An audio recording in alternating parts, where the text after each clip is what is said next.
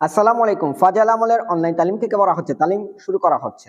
ফাজালে জিকির থেকে বলা হচ্ছে, এক এবং আর যেন তোমরা আল্লাহর বড়াই বর্ণনা করো, এই জন্যই যে তিনি তোমাদেরকে হেদায়েত দান করিয়াছেন, এবং যেন তোমরা আল্লাহ তাআলার শুকর আদায় করো। দুই, তিনি যাবতীয় গোপন ও প্রকাশ জিনিস সম্পর্কে জ্ঞান, তিনি মহান ও উচ্চ মর্যাদাশীল। তিন, এমনিভাবে আল্লাহ তাআলা কুরবানির পশুকে তোমাদের অধীন করিয়া দিয়াছেন, যাহাতে তোমরা আল্লাহর বড়াই বয়ান করো, এই জন্য যে তিনি তোমাদেরকে হেদায়েত দান করিয়াছেন এবং কুরবানি করার তৌফিক দিয়াছেন। আর হে মুহাম্মদ সাল্লাল্লাহু আলাইহি সাল্লাম, আপনি এখলাস ওয়ালাদেরকে আল্লাহর সন্তুষ্টির খুশ খবরই শুনাইয়া দিন। চার ও পাঁচ, আর নিঃসন্দেহে আল্লাহ তাআলা উচ্চ মর্যাদাশীল ও মহান। ছয়, যখন ফেরেশতাদেরকে আল্লাহর পক্ষ হইতে কোনো হুকুম করা হয়, তখন তাহারা ভয়ে ঘাবড়াইয়া যায়, অতঃপর তখন তাহাদের অন্তর হইতে ভয় দূর হইয়া যায়। তখন তাহারা একে অপরকে জিজ্ঞাসা করে, পরওয়ারদিগারের পক্ষ হইতে কি হুকুম হইয়াছে? তাহারা বলে, অমুক হক বিষয়ে হুকুম হইয়াছে। প্রকৃতপক্ষে আল্লাহ তাআলা অতি মহান ও উচ্চ মর্যাদাশীল। সাত, অতএব হুকুম আল্লাহ তাআলারই, যিনি অতি মহান ও উচ্চ মর্যাদাশীল।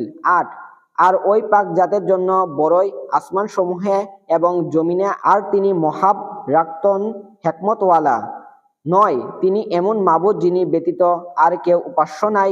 তিনি বাদশাহ, সমস্ত দোষ হইতে পবিত্র, সমস্ত ত্রুটি হইতে মুক্ত, নিরাপত্তা দানকারী, রক্ষণাবেক্ষণকারী, অর্থাৎ আপদ বিপদ হইতে রক্ষাকারী। তিনি মহাপ্রাক্রান্ত, বিকৃত সংস্কার, তিনি সুমহান। ফায়দা, এই সমস্ত আয়াতে আল্লাহ তাআলা আজমত ও বরত্ব প্রকাশের জন্য উৎসাহিত করা হইয়াছে এবং ইহার হুকুম করা হইয়াছে। বিভিন্ন হাদিসেও বিশেষভাবে আল্লাহর বরত্ব প্রকাশের হুকুম করা হইয়াছে এবং ইহার প্রতি অধিক পরিমাণে উৎসাহী করা হইয়াছে। এক হাদিসে ইরশাদ হইয়াছে, কোথাও আগুন লাগিয়াছে দেখিলে তাকবীর অর্থাৎ আল্লাহু আকবার বেশি বেশি করিয়া পড়িতে থাকো, ইহা আগুন নিভাইয়া দিবে। আরেক হাদিসে আছে, তাকবীর অর্থাৎ আল্লাহু আকবার বলা আগুনকে নিভাইয়া দেয়। এক হাদিসে আসিয়াছে, যখন বান্দা তাকবীর বলে, তখন ইহার নূর জমিন হইতে আসমান পর্যন্ত প্রত্যেকটি জিনিসকে ঢাকিয়া ফেলে। এক হাদিসে ইরশাদ হইয়াছে, তোমাকে হযরত জিবরাইল আলাইহিস সালাম তাকবীর বলিতে হুকুম করিয়াছেন।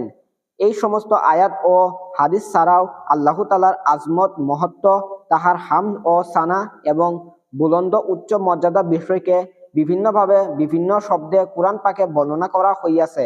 ইহা ছাড়া অনেক আয়াত এইরূপ রহিয়াছে, যেখানে এইসব তসবিহের শব্দাবলী উল্লেখ করা হয় নাই, কিন্তু এইসব তাসবিহকে বোঝানো হইয়াছে। এইরূপ কিছু আয়াত বর্ণনা করা হইল। এক, অতঃপর হযরত আদম আলাইহিস সালাম আপন রবের নিকট হইতে কতিপয় কালেমা লাভ করিলেন, যাহা দ্বারা তিনি তওবা করিলেন। অতঃপর আল্লাহ তাআলা করুণ ভরে তাহার প্রতি মনোযোগ দিলেন। নিশ্চয় তিনি বড় তওবা কবুলকারী ও বড় মেহেরবান। ফায়দা, উক্ত কালেমা সমূহে তাসবিহ বিভিন্ন হাদিসে বর্ণিত হইয়াছে। তার মধ্যে একটি এই যে কালেমাগুলি নির্মিত লিখিত। এই বিষয়ে আরো বেশ কিছু হাদিস বর্ণিত হইয়াছে, যেগুলি আল্লামা সুয়ুতী রহমতুল্লাহ আলাইহি দুররে মানসুর কিতাবে লিখিয়াছেন। ইহাতে তাসবিহ ও তাহমিদের কথা উল্লেখ করা হইয়াছে।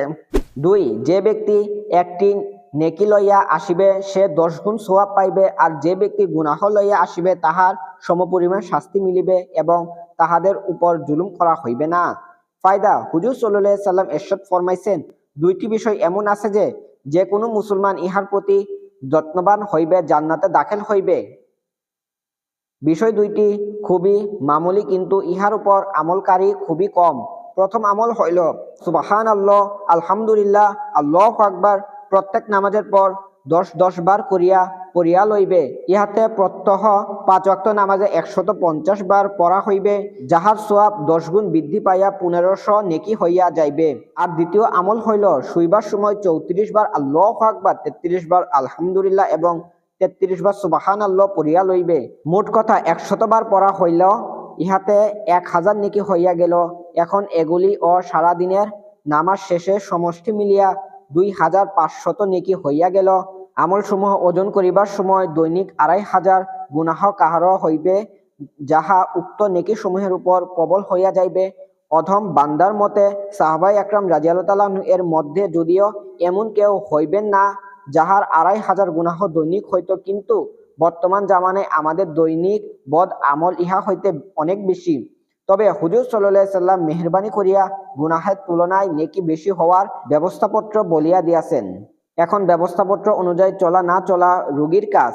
এক হাদিসে আসিয়াছে, সাহাবাই একরাম রাদিয়াল্লাহু তাআলা আনহু আরজ করিলেন, ইয়া রাসূলুল্লাহ, আমল দুইটি এত সহজ, তবুও ইহার উপর আমলকারী এত কম, ইহার কারণ কি?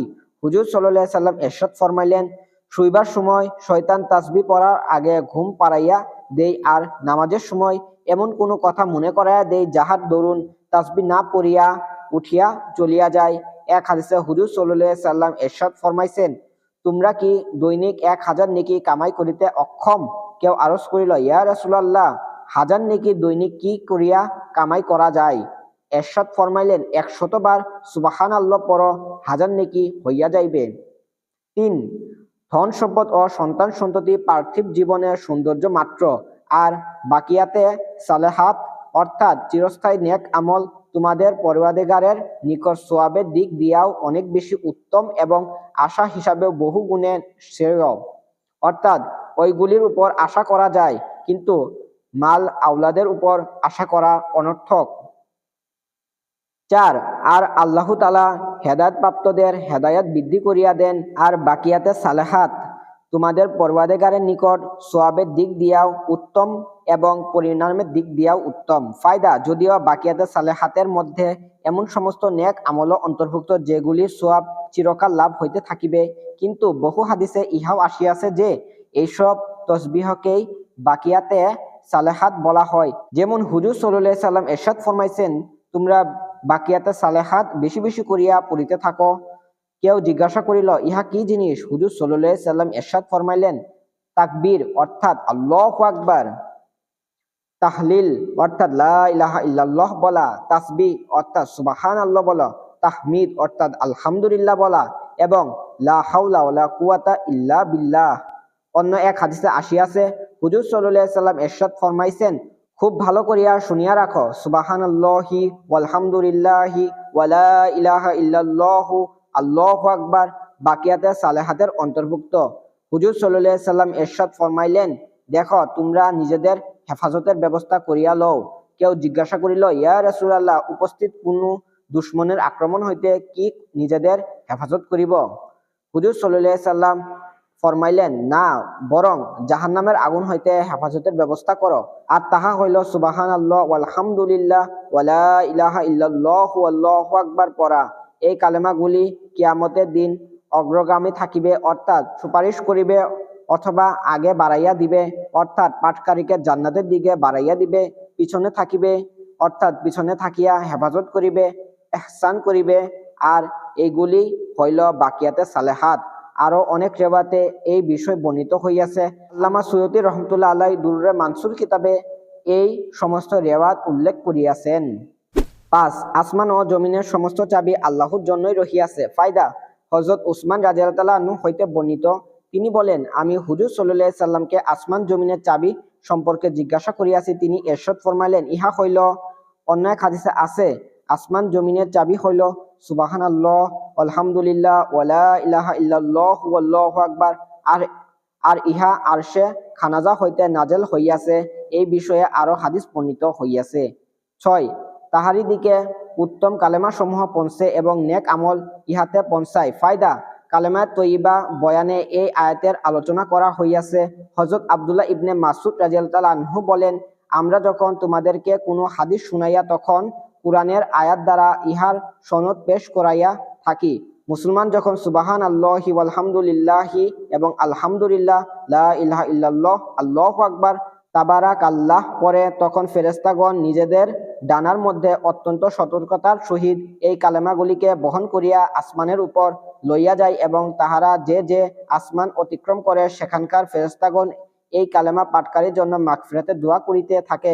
ইহার সমর্থন কুরআনের এই আয়াতে রহিয়াছে, ইলাইহি ইয়াসআদুল কালিমুত তাইয়্যিবু।